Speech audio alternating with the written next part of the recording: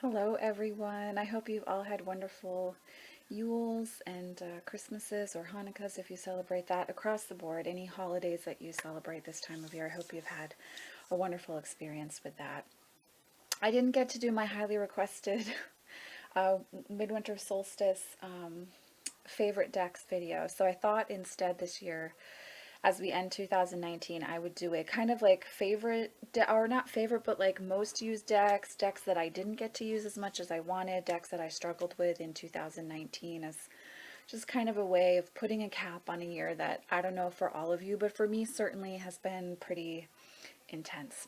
So I'm going to start with, let's see, decks that I used the most in 2019. Now, of course, Tarot of Vampires is going to be my number one. This is my favorite deck, and I'm kind of well known in the community and at large for using this deck in my personal readings as well as readings for clients. This deck is by Ian Daniels, and the guidebook, Phantasmagoria, that accompanies it is amazing. We're in the middle of yet another snowstorm here, so I'm sorry everything is so white today. It cannot be helped. So, Tarot of Vampires is, of course, my number one. Let's see. Then most used for clients. These next two decks are going to be most used for clients. The Divine Circus Oracle and the Magic of You Oracle. Both of these decks really are social decks, in my opinion, that like to read with other people. They have a lot of things to say. They like to, I don't know, they like to talk. They're chatty, and they like to get to know new people. And they're also decks that don't feel quite as scary as, say, Tarot of Vampires, but still give people a comforting feeling, or they don't feel as scary and they're comforting, but they're also able to be really upfront and honest and clarifying for people. So these two decks, I'm going to show you Magic of You in 1 second. I've worked with the most with clients. I have also put Divine Circus Oracle on my Shadow decks video because I do feel it's very helpful for that. So this is the Magic of You Oracle. Really, really beautiful artwork. I haven't used this deck for anyone who didn't find the artwork to be lovely and captivating, and who didn't enjoy, you know, the wisdom that they received from the deck during the reading itself. So it has a gentle voice, but it's very clear, and it is a pagan-based deck too. So if you're a witch, or you walk a pagan path, it can be very affirming on your spiritual journey. And the keywords are helpful at the bottom of the deck.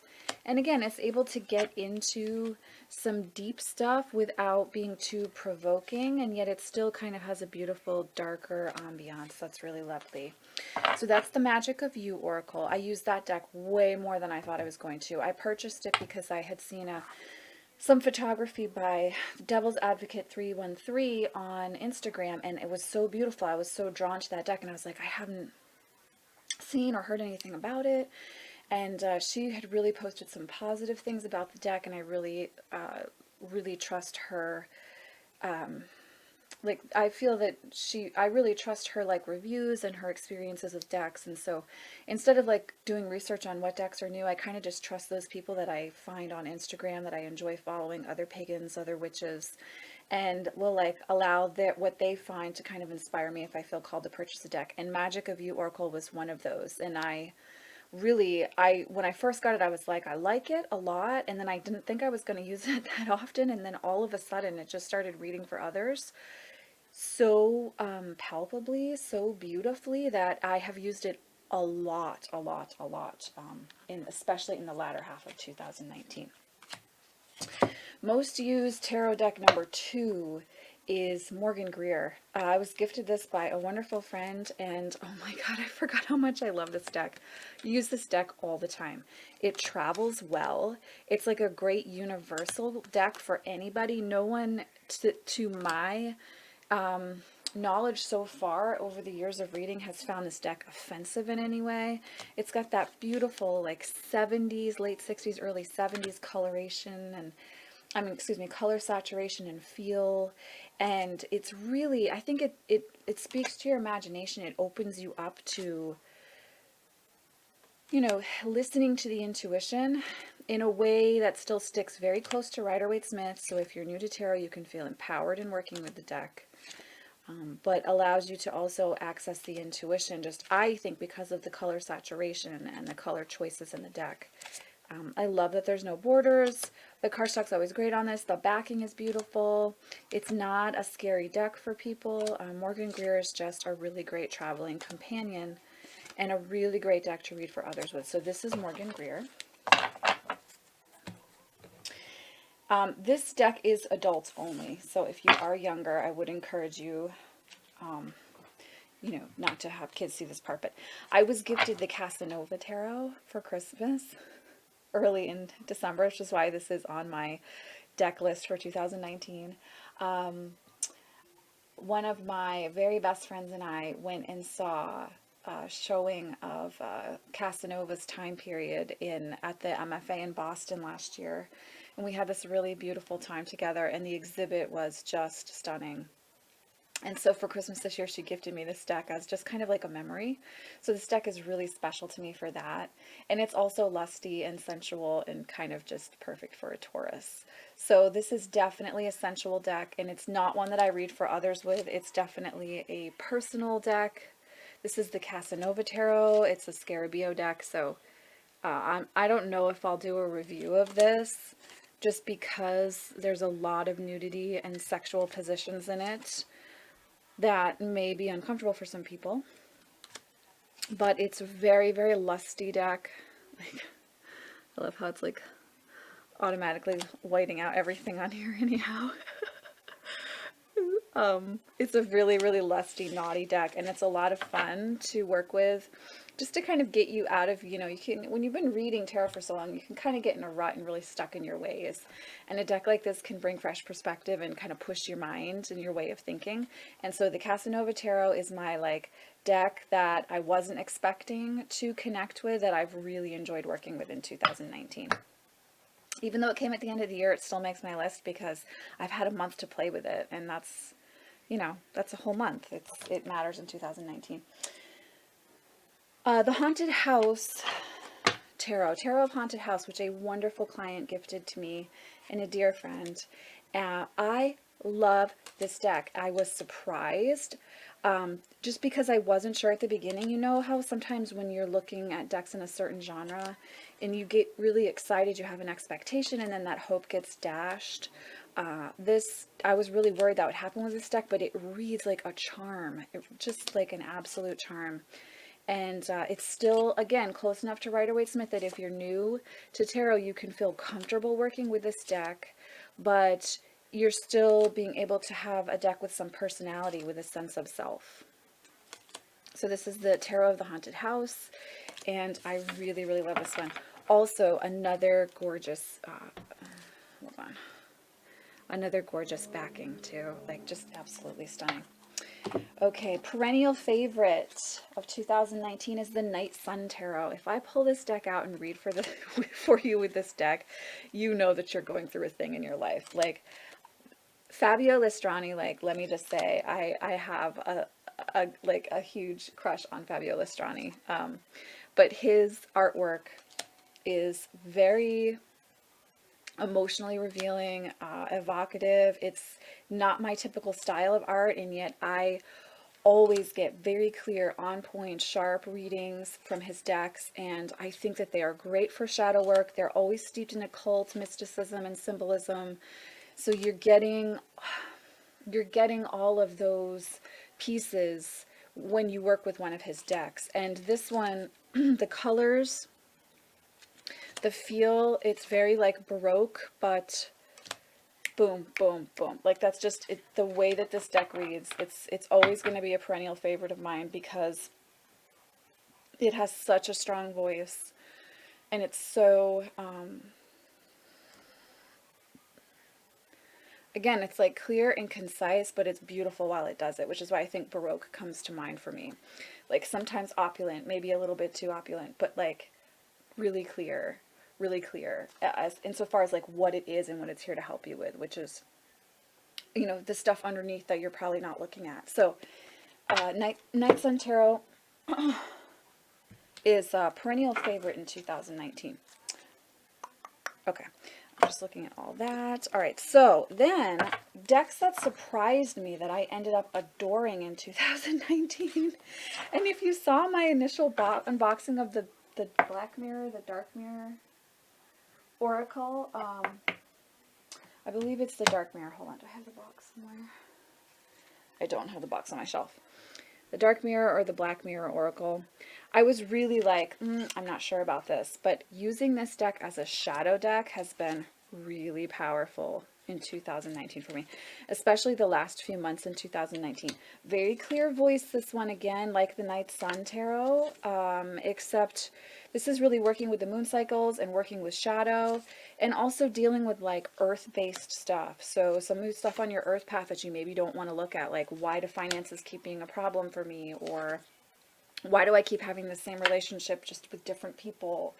Those kinds of things this deck is really super clear about. I just remember that I have the book here. I'm sorry, not Black Mirror, Dark Mirror. Black Mirror is the Netflix show. There we go. That's why I was confused. Dark Mirror Oracle. So, yeah, this, I wish there was more of the image on the card, even though I understand what they were trying to do with the moon phases here. But outside of that, as far as reading goes, this is a deck with a purpose, and I was really surprised by how much I came to enjoy working with this deck. And I will do a few full reveal on the channel at a later date. The Oracle of Emanations is the light side to the shadow deck that I have found this one to be. So this deck works with the Sephiroth, the Kabbalah, and Archangels. It's beautiful. It's provoking, it's chilling, it's like all the elements all together, all the facets of life and the many realms that we know of in our experience, just all revealed in front of you. And it's like 3D, and like you get to like walk through it. It's like a holograph that you are like walking through. And it's really powerful for personal spiritual work, and also for, I have found in readings, looking at the light aspect of whatever's going on in someone's life. So it's Oracle of Emanations, absolutely beautiful deck. My most used Oracle deck of 2019 is Alice the Wonderland Oracle, guys. Like, this is for personal. Like I said, the other few decks I mentioned got used a lot in client readings. Honorable mention to Wild Wisdom of the Fairy, and honorable mention to Oracle of the Shapeshifters, which I did use in heavy rotation summer of 2019. But Alice the Wonderland Oracle, man, this deck is like, when you use it daily and kind of build a relationship with it, wow, it's super intense, super, super intense. Yeah, it's super intense. So this deck, again, for me personally, has been the deck I've used the most in my spiritual work, and especially in calling me out on bullshit or anything I'm not dealing with in my life, fears that I have that continue to resurface, ways in which I might hold myself back, and also those times when you need to pat yourself on the back and you know, be proud of yourself for how far you've come, etc. This deck is beautiful for that too. So it's a good all-around deck. Oh, oops, sorry, that one's upside down. It's a really good all-around deck. I like it. I know it was a bit controversial, but I really, really like it. Okay, decks I did not use enough in 2019, and I'm going to start this one with the Mystical Shaman Oracle, a deck I did not get to spend as much time with as I have in previous years, even though I still love this deck. And let's face it, I'm a card reader. I use a lot of decks all the time, so it did get used in 2019. But I was not able to give this deck the attention I had originally wanted to because I needed some space from it. It was very much a deck that was used in the partnership of my last relationship, and I needed some time. I'm just looking for ones that are not reversed. I needed some time away from the deck so that I could approach it not as a deck that was in partnership with another individual and the deck's energy, but my own energy and the deck's energy. And I'm excited to say that I'm looking forward in 2020 to working with her again. very much from a personal standpoint and not from standpoint of relationship with someone else, but just having my own relationship with her. I feel really ready to do that. So kind of deck that I'm sad, like I'm very, very sad I didn't get to hang out with her more in 2019. Okay, so then the last few decks that I did not get to spend enough time with, the Dreams of Gaia Tarot by Raven Phelan. I did not get as much time as I wanted to with this deck this year. I did not get to explore her the way that I wanted to, and I really regret that. And I had said, you know, I'm going to gift her if I don't reconnect with her. And then, again, a really very special person gave me back my original copy that I had gifted to them of this one. And so I am not going to get rid of her. I'm making a commitment in 2020 to reconnect with her energy and to work with her.